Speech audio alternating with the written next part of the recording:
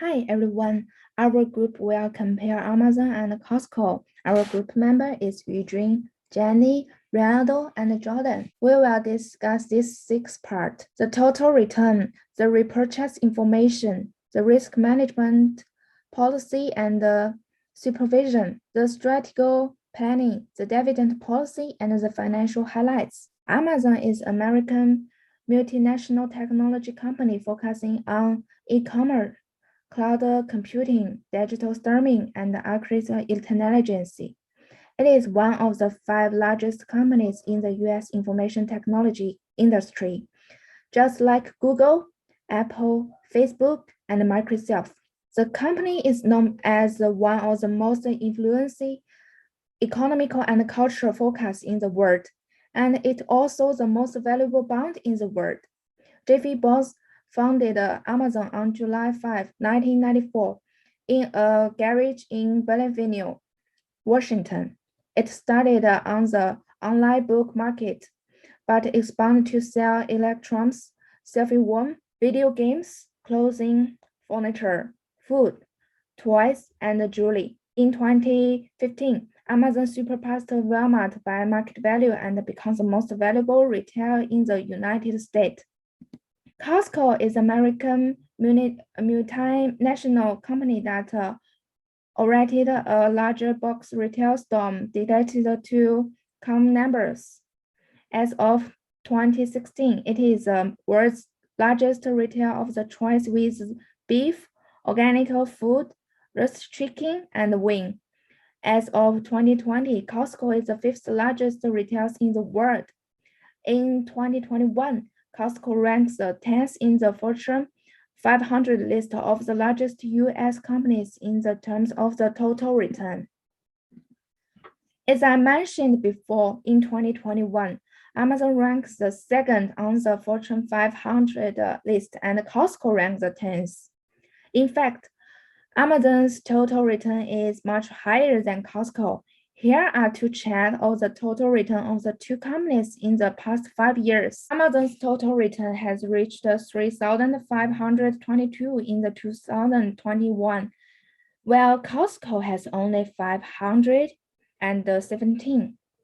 At the same time, through the chart, we can find that in the time period of the COVID-19 outbreak from 2020 to 2021, Amazon total return has not raised basically, while Costco is still rising during this period. So the compared of the COVID-19 on Amazon is greater than the compared on the Costco. Thank you, Jenny. My name is Ronaldo Hayen, and today we're going to be speaking about share repurchases. Amazon share repurchases. Amazon has not repurchased any shares in over 33 quarters. On the contrary, on May of 2021, Amazon had its largest ever bond sale. Amazon issued $18.5 billion in its latest bond. An interesting fact is that it used some of that money for acquiring Metro-Goldwyn-Mayer, which is a entertainment company. Amazon's last large bond sale was back in 2017 for $16 billion, and it used most of that money to finance the acquisition of Whole Foods Market Inc. As you can see in this graph, it was for $13.7 billion, which is comparable to all the other acquisitions, one of the biggest in its history. Here you can see Amazon's last share repurchase history, and this is the most important number, and as you can see, it was back in 2012. Costco share repurchases. Costco has stated that its board has authorized a $4 billion buyback program that will expire in 2023. As you can see, unlike Amazon, Costco's last share repurchase was in August 31, 2021. Thank you so much. Now move on to dividend policy. Amazon adopts a no dividend policy. They have never declined or paid cash dividends on their common stock. But why does the company do not intend to pay dividends to attract income investors? For now, in terms of data, if Amazon wants to, it can pay dividends because Amazon is free cash flow positive, meaning it generates free cash flow that could be used to pay dividends. But like many technology companies, growth investment and expansion are Amazon's first top priority because technology development is very fast and competition is fierce. Technology companies need a lot of investment to stay ahead. When future growth no longer requires such a large investment, the company will begin to pay dividends. For now, rather than return cash to shareholders, Amazon continues to pour out this cash flow back into the business. Therefore, it is a safer decision not to pay dividends in the short term. For Costco, in April 2004, Board of Directors declined a quarterly cash dividends on Costco's common stock. This is Costco's first dividend payment, and every year thereafter, there are typically four dividends per year, excluding special dividends. And the dividends cover is approximately $3.9. Factors considered in determining dividends, including their profitability and expected capital needs, can be seen from the data that special dividends were distributed in 2050 and 2070. Except for special dividends, Costco's dividends remained stable at $0.5 per quarter. During 2019 to 2020, Costco's dividends has increased significantly. The quarterly dividends from 0.57 in 2080 rose to 0.65 in 2090.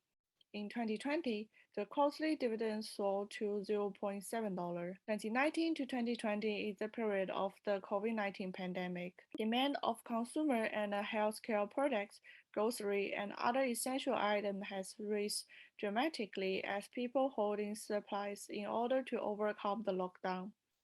Costco has been one of the big sale winners of the coronavirus. During the pandemic, Costco still have a large number of consumers. The pandemic also brought many new members to Costco. Costco increased its quarterly dividends by approximately 8% in April 2020. November 2020, Costco Board of Directors has declined a special cash dividends on Costco common stock for $10 per share. The aggregate payment will be approximately $4.4 billion. This is Costco's move to reward shareholders. Their strong balance sheet allowed them to pay these dividends while maintaining financial and operational flexibility. Costco paid out 28% of these profits as dividends during 2020. Costco cash payout ratio 2020 was 19%. A middle payout ratio makes a good balance between paying dividends and keeping enough back into invest in the business. Hello, I'm Jordan, and I will provide some of the financial highlights of two competing companies, Amazon and Costco, over the past 5 years. Beginning with Amazon, Amazon has produced an increase in revenue each of the past 5 years, growing from $136 billion in sales in 2016 to roughly $386 billion in sales in 2020. Amazon has also experienced a rapid increase in net income over the past 5 years and emerged as one of the leading businesses during the pandemic, raising over $21 billion in net income in 2020. In 2020, Amazon's earnings per share increased to $41.83 from $4.90 in 2016. This gave an opportunity for a possible 1,000% gain in earnings per share over the past 5 years heading into 2021. Since 2016, Amazon's quarterly stock price has experienced extreme growth year to year, with a 632% growth from its 2016 low of $482.07 to its 2020 high of $3,531.45. In comparison, Costco has also steadily increased its revenue each of the past 5 years, growing from $129 billion in sales in 2017 to roughly $196 billion in 2021. Costco has also been a company that proved that they can thrive during the pandemic, growing to roughly $196 billion in net income in 2021, continuing their trend of raising net income each of the past 5 years. Earnings per share for Costco has almost doubled from $6.08 in 2017 to $11.27 in 2021. Since 2017, Costco's quarterly stock price has also experienced steady growth from a 2017 low of $150.44 to a 2021 high of $517.17, roughly a 244% gain in stock price. When comparing these two companies using DuPont analysis, it is evident that Costco has consistently outperformed Amazon in return on equity over the past 5 years, with Amazon's return on equity bouncing between 10.8% and 22.9% over the past 5 years. Costco has remained having a return on equity above 23.3% 4 out of the 5 years, with a high of 28.2% in 2021. Although Amazon has kept a higher profit margin ratio for the majority of the past 5 years, Costco has been able to gain an edge being a more efficient company. By producing an asset turnover ratio that more than doubles Amazon's output, Costco has proven to be more efficient in raising capital per dollar of assets. Costco has also kept a lower financial leverage ratio over the past 5 years in comparison to Amazon, using less debt to generate more profit for the company. Thank you, Jordan. Right now, I'm going to speak to you guys about risk management policies and supervision. Amazon faces many risks due to its very diverse set of subsidiaries and divisions. It faces many competitors across geographies, industries, physically and in e-commerce. Amazon's expansion into new products, services, technologies, and geographic regions subjects Amazon to many more additional risks, way more than any traditional retail store. But it is also important to consider that Amazon's endeavors into new lines of business are very well researched and calculated, as well as backed by large amounts of funding. Costco, risk management and supervision. Costco, on the other hand, does not face the same risks that Amazon faces. Costco faces potentially a concentration risk due to over 33% of its revenue coming from California. Another major risk is its slow adaptation to e-commerce, which inhibits it from reaching a wider audience. It is important to consider that Costco's management is already trying to mitigate the concentration in California by opening stores overseas. And they're also trying to put more resources into its e-commerce. Fintech, strategic planning.